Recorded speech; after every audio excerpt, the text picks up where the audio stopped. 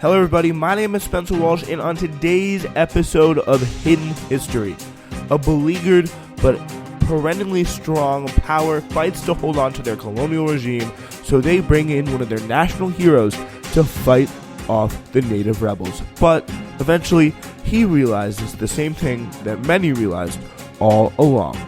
He almost pays with his life.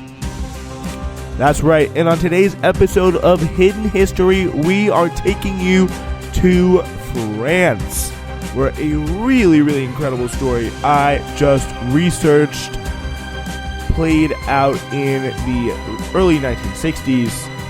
Charles de Gaulle, the Winston Churchill, it's a very reductive comparison to make, but the wartime leader of Free France fought off some real scary rebels in the 1961 to 1962 period as he fought to break France away from Algeria at great political and almost personal cost. He was probably one of the most assassinated men of the time, right up there with Fidel Castro, and I think that is not a coincidence.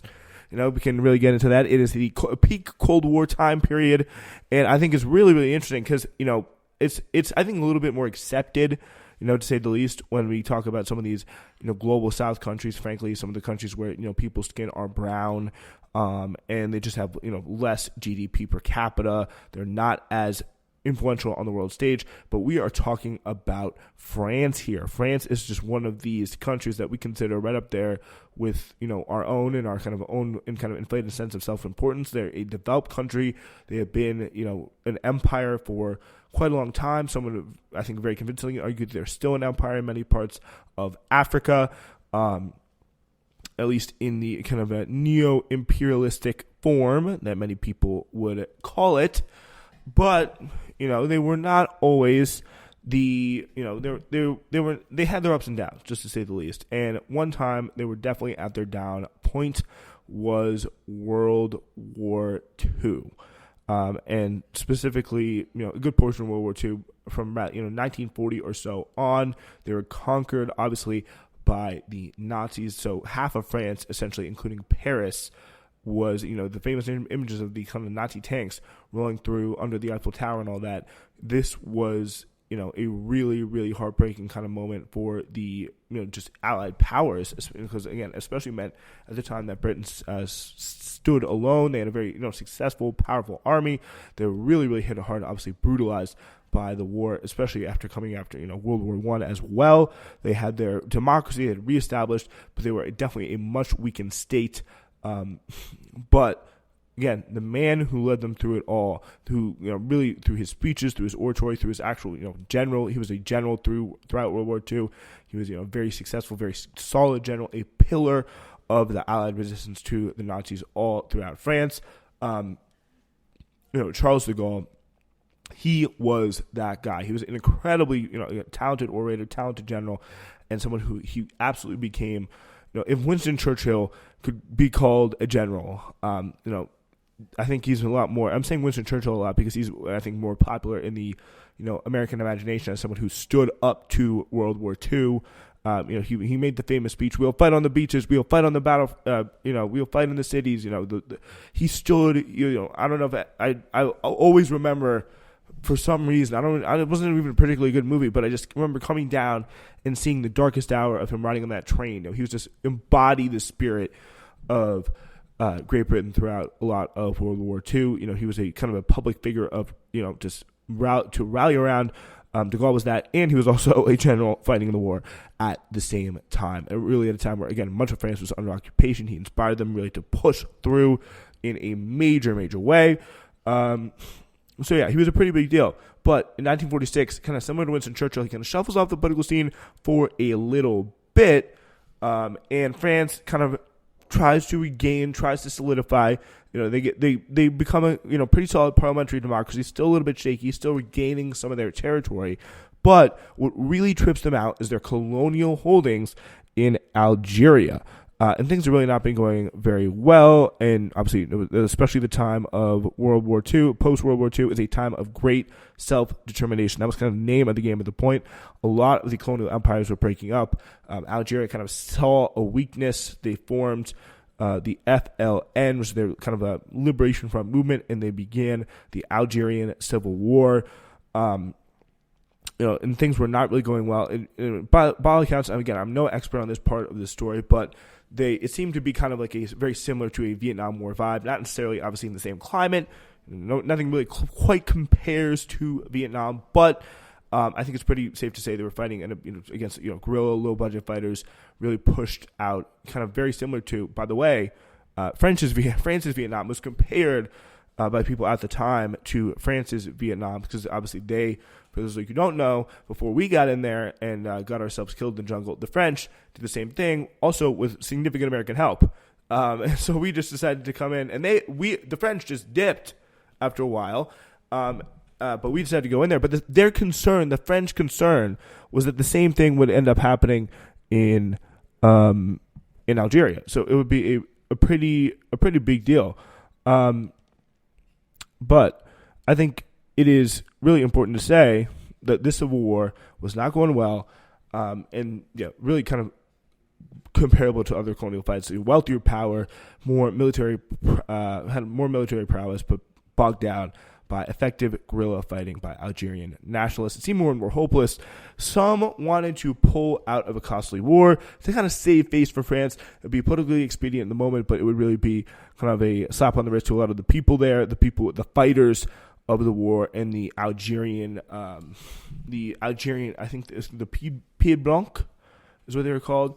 The kind of in every colonial situation, you got a class of people who are, half the colonial race, the half Algerian, half European, and that was no different. This is a class of people that was definitely, deeply invested, both emotionally and obviously materially, in the continued securing of Algeria for the French. So it really was a pretty big and pretty major situation when this war was just really not going well.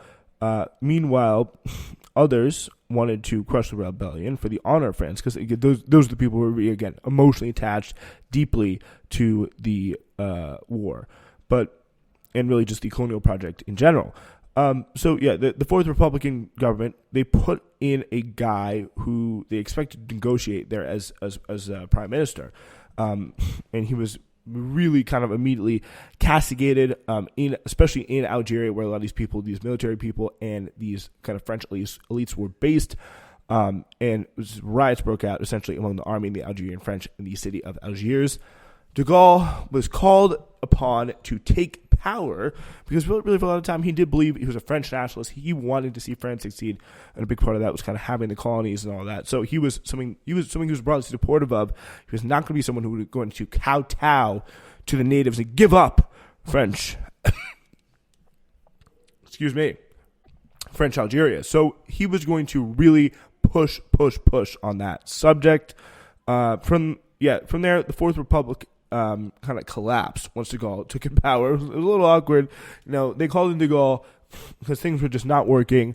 The military was really failing out there in the in Algiers and in Algeria by and large. So it was becoming a really big problem. So again, De Gaulle was kind of called in. It was really at the behest of some of these people who were instigating this in the first place. So we want De Gaulle. We want someone who really is going to understand us and support us. And he really, was called in. Fourth Republic kind of was like, oh, I guess we don't really need to be here anymore. And they were kind of put out. And De Gaulle gave himself a lot of powers, rewrote the Constitution. You know how French people say, or you hear people talking about France, they have a strong executive? Well, Charles de Gaulle was the original strong executive. He wrote this out. And he was one of the people who, he was the person, frankly, who enshrined that power for the executive in the French government.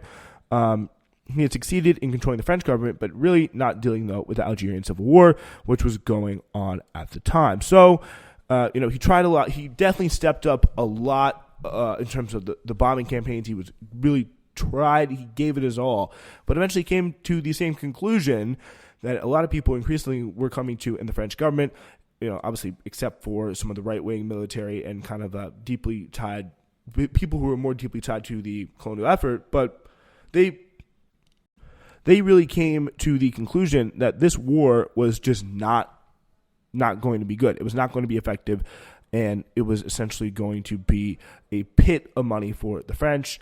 And, it wasn't really anything out of, the kindness of their hearts, their love for the Algerian people, that they were like, we got to give up. But it was something that they needed to do to save face for France and just essentially just move on with their lives. So, yeah, he realized the war would be hopeless, but this enraged many of the French generals and the Algerian colonial elites. They seized power of the French government in Algeria to stop that from happening. So they essentially came in, they bust down the doors, and they said, we are in charge here now. They were, again, way, way more powerful in Algiers because that was their home base. So they were able to just really easily control that government and really move in on France. So, there were really rumors to move in on de Gaulle and in Paris next. So there were stories of people, they actually did go through and take Corsica, which is kind of the island on the way from Algeria to France in the middle of the sea there. And, they did all of this stuff. They even got so far as to force about an hour outside of Paris. They were just posted up, just essentially waiting to fight. The coup was being led by a former popular general, Maurice Charles, I'll just call him that. He once supported de Gaulle, but the chaos of the Algerian war left him very anti-surrender. So he was there. He was, conducting operations against the natives in Algeria, fighting this civil war, mind you, at the time. And it was not a civil war, but really a war for independence. It was a pretty brutal thing, to say the least. And he essentially became hardened. He really was anti-independence, anti-surrender in any sense of the word. He felt a soldierly responsibility to stand by with the people that helped him blow up, kind of destroy kind of indigenous Algerian society. And that's just what he chose to do because he was part of that world. So I guess it's not the most crazy thing to see, the most crazy change to predict. But yeah, he eventually. He took out the kind of de Gaulle representatives in Algeria, said, we're in charge now. We are not going to go out without a fight. We're going to make a stink about this. We maybe even, and this is really their intention when they begin to take out the de Gaulle representatives in Algeria, we may just even take over the government. How about that? So that's essentially their move, especially when they sent paratroopers up through France, through the south of France up until Paris and to the two forests outside of Paris. They said they were taking this was Charles actually, he said he was taking a stand against a, quote, government of capitulation. Could not be more clear. De Gaulle, on the other hand, and especially the people in his government, really began to suspect U.S. intelligence was supporting this move. So he began to spread the word to the press. Charles had NATO ties. He was the former Supreme Secretary General, whatever they call it. He was, again, top dog over there in NATO. And the U.S. was obviously desperate to keep the USSR out of Africa. Just how desperate? Well, look at our last episode from last week with Patrice Lumumba. So de Gaulle was a hardcore French nationalist who was also angered the guys, the U.S., the West and NATO in large, by refusing to even join, or he did join NATO, but eventually left it, and incorporate the French nuclear arsenal into the alliance from the jump. As the United States and the French Algerians circled Paris, Paris began to descend into chaos. Not much of a surprise there. And blame, rumors, gossip began to be the only thing that was actually functioning in that city. Some blame CIA Director Alan Dulles for plotting the coup, according to one kind of newspaper columnist wrote about how this was all Dulles' plan, which was really kind of a pretty remarkable situation because that person, that was a female columnist in a Paris paper, actually turned out to be largely right, which is really, really pretty interesting. Some blame Jacques Soustelle, the former governor general in Algeria and leader of the anti-de Gaulle group called the OAS, as he actually had lunch with Richard Bissell, who was one of the top CIA agents at the time in Washington. that was later revealed. Which, pretty bad indication if you're talking about, this governor general later involved in this coup. This guy, spoiler alert, will later go on to attempt to assassinate de Gaulle a separate time. So again, remember that name for a little bit later. We'll get into that in a moment. But this was something that was, it was a real thing that aroused a lot of suspicion at the time, understandably so. So the government officials also alleged the American spies had infiltrated Paris, with one who was even heard as saying, "We will not fail as we did in Cuba." Even the American Washington Post speculated that Charles had unqualified support from the United States to stop communism in France, as that was largely seen to mean, kind of crazily at the time, Charles de Gaulle. So anyway, Dulles favored a far-right faction of the resistance. To just kind of going back way back here, as this was discussed way back in the New York Times, with the pro-Kennedy administration, Scotty Reston, who was kind of separate from the New York Times. The New York Times, even according to Carl Bernstein of Woodward and Bernstein fame, New York Times at the time was really, according to Bernstein's reporting, tight with CIA, cooperating, going into a lot of areas they wanted to go into. But Scotty Reston, who was a big correspondent there, who was close with the Kennedys, he backed up Bernstein's assertions. He said many of his columns, focusing them kind of about how the CIA was increasingly angering the Kennedy administration with their rogue policymaking. And then France here was one of the many examples of this, going all the way back to the resistance. And of course, the CIA at the time was led by Allen Dulles, who favored a far-right faction of the resistance during World War II that was opposed to the way de Gaulle was doing things with the Nazis. So de Gaulle, he at the time attempted to purge elements of CIA influence in the post-war government in France.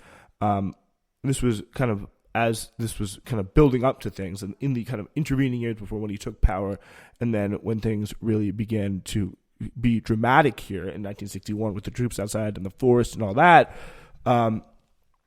So they apparently, this is according to, again, a lot of this here is according to The Devil's Chessboard book by David Talbot, a very good book.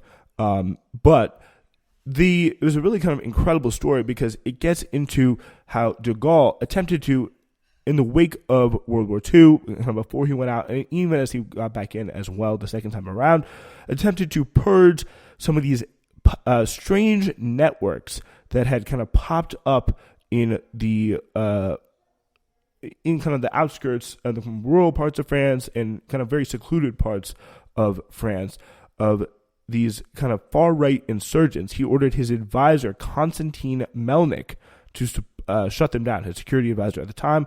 But Melnik, as it turns out, was trained by the United States Rand Corporation, educated formerly at the United States Rand Corporation, did a little bit of time over there, and was an admirer of a lot of what Allen Dulles was doing with these kind of bands of far-right insurgents throughout these countries in Europe to essentially put there to prevent any ostensible communist takeover, but really serve to influence in a lot of these domestic politics in these European countries.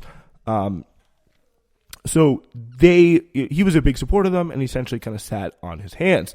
Dulles, meanwhile, was very anti-de Gaulle, especially from the time that he was actually rebuffed, Dulles was, after flying all the way over from Washington to Paris for a one-on-one dinner with de Gaulle. He gets there, and de Gaulle says, "Talk to my advisor, Michel Debré, and I will not speak with you." But yeah, so he seemed kind of undaunted by the snub in public, Dulles did, but after this meeting, reports from the time indicated that the CIA and the National Security Council did not think de Gaulle would, quote-unquote, solve Algeria to their satisfaction. In 1959, de Gaulle announced he would give them independence, Algeria independence. By the time JFK came to power in early 1961, the CIA was ready to act on de Gaulle.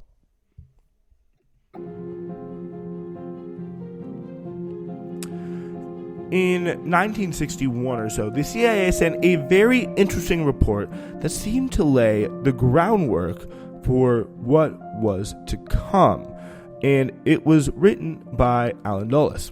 The Army and the Air Force are staunchly opposed to de Gaulle. Speaking of the Army and the Air Force of France, he wrote, exaggerating the extent of military opposition as if to present the demise of the French president as a fait accompli. At least 80% of the officers are violently against him. They haven't forgotten that in 1958, he'd given his word of honor that he would never abandon Algeria. He is now reneging on that promise, and they hate him for that. De Gaulle surely won't last if he tries to let go of Algeria. Everything will probably be over for him by the end of the year. He will either be deposed or assassinated. This was Allen Dulles to John F. Kennedy. He will either be deposed or assassinated by who? That was the question that Dulles left unanswered, at least to Kennedy. As according to all reporting, Kennedy was not really even made aware of these coup efforts until they were well underway.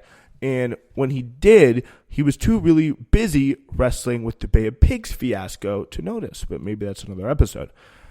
It was really kind of embarrassing for the president to kind of be wrapped up in this stuff with Algeria, even though he was a big supporter of Algerian independence at the time. He called the French ambassador in Washington to inform him of his support for the de Gaulle government unequivocally, but according to the ambassador, Hervé Alfond, Kennedy said that he could not vouch for the CIA, saying, quote, the CIA, this is what Kennedy told Alfond, the French ambassador, the CIA is such a vast and poorly controlled machine that the most unlikely maneuvers might be true. Alfond reported this seeming lack of presidential control to Paris. Kennedy even offered to send support to the de Gaulle government of the military variety, which had been really kind of a pretty incredible situation. You know, if there was some sort of SEAL Team 6 versus kind of CIA-backed operatives from the French Algerians kind of coming in there, that would have been an incredible situation, but it did not happen as de Gaulle declined. Meanwhile, the reports outside of Paris had been confirmed, and the coup against de Gaulle was in its second day. That's when de Gaulle, to put it, as the kids say, kind of clutched up.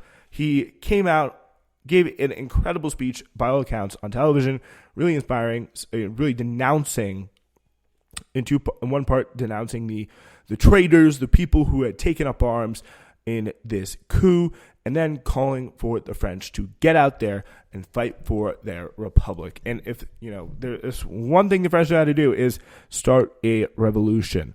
So kind of CIA, the New York Times actually, reported that they kind of got out there and made a bit of a stink, to say the least.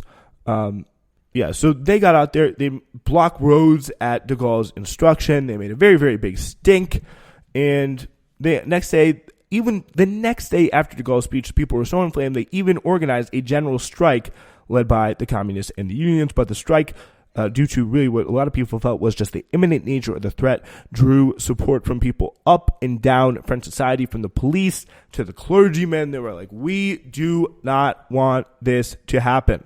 And this really kind of scared a lot of the military officers. It was really a top to bottom public mobilization, and the scared military officers were pretty easy for de Gaulle to smoke out.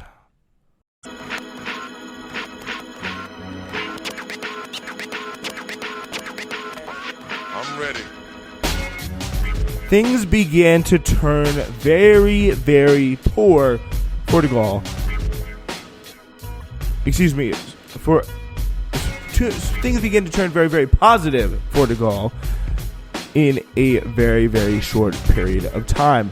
The speech was so impactful, but the mobilization by the public was even more impactful, that military officers and even people in the military branch that Charles, the leader of the coup, was able to command, and did command at the time in Algeria, began to desert. They began to fall apart. They even began to take their planes, the French Algerian Air Force that Charles commanded. They took their planes and they just flew off. They left the island and refused to go to Paris to fight. Then the police in Paris cornered an army captain who was planning on organizing some of the protests, some of the street protests that would, again, hopefully, in their eyes, bring down the de Gaulle government. Then, finally, the Interior Secretary seized a general in charge in the Paris woods. One of the generals outside of Paris, raring and preparing for attack. With the roads blocked, the army general seized, the army captain seized, and a lot of the planes from Algeria gone. Charles kind of knew the game was over and flew to Paris to surrender himself. According to a Time report, he looked, quote, crumpled and insignificant. He thought he was going to face a firing squad, but de Gaulle ended up giving him 15 years in prison. After, though, he cracked down hard on some of the rogue security forces, including the 11th Shock Battalion of the French Secret Service, whose general, was accused of having lunch with CIA agent Frank Wisner before the coup attempt, saying, according to this accusation made by French sources, that de Gaulle taking over was like the communist taking over Paris, which at the time was a pretty crazy, pretty non-mainstream thing to say in terms of French politics. He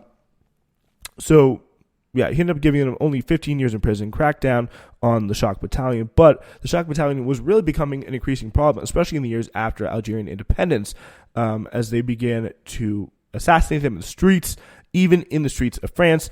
But they were really cracked down on by de Gaulle after a pretty short period of time after the coup was really originally stopped and Charles was captured. De Gaulle then fired his security officer with deep ties to the CIA, which is Konstantin Melnik. Dulles actually offered to hire him right away, but he declined and went into a French publishing and politics career.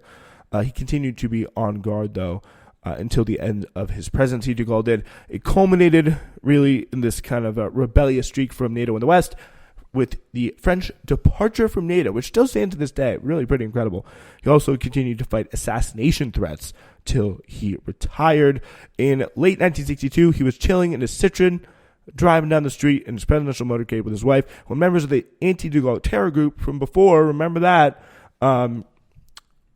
multiple snipers opened up on this guy, really went hard on him and his wife, but they both had their kind of heads in their hands, laying down as the Citroen and the security team sped off to safety. They were fine, but two good bodyguards were killed. It was a pretty remarkable situation.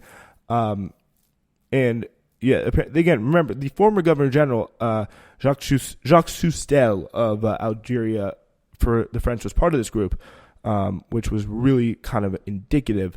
De Gaulle then got the Secret Service to kind of blow up a few Algerian cafes frequented by his enemies as payback, and survived until he peacefully died a year later after his retirement from politics after losing a no-confidence vote about internal French reforms in 1970s when he died. 1969 he retired. But anyway, just an absolutely incredible, remarkable story from a really incredible, remarkable guy. One of the true, probably definitely because of his position in the global north and his ability to kind of escape some of the worst kind of consequences and with the resources he had, he was able to escape some of the worst consequences of the kind of CIA overreach and meddling in people's affairs. But it almost got really, really drastic for him. But he was one of the few people who was able to survive it, and for that, he is probably one of the most interesting people and worth studying. In terms of how to really tack down on some of that really insidious stuff that American imperialism does that I have probably ever come across in the hidden history landscape. So with that being said, thank you so much for listening to the show. We will be back next week. This is your Hidden History.